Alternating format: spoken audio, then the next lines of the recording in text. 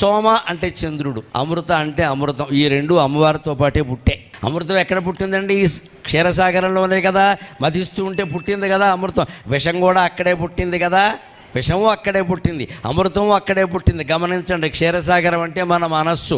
విషము నీ మనస్సులోనే పుడుతోంది, అమృతము నీ మనస్సులోనే పుడుతోంది. నీ మనస్సును నువ్వు గమనించుకోగలిగితే అందులో భగవంతుడు తప్ప ఎవరూ లేకపోతే ఎప్పుడూ అమృతమే ఉంటుంది, విషం ఉండదు ఖచ్చితంగా. అందుకే శంకరాచార్య స్వామి శివుడిని వర్ణిస్తూ అంటారు ఆయన, శివుడు పెదవి ఎర్రగా కౌస్తుభమణిలా ఉందట. కౌస్తుభమణి ఇక్కడికి ఎందుకు వచ్చిందండి శివుడు పెదవి మీద కంటే? ఏమంటారో తెలుసా?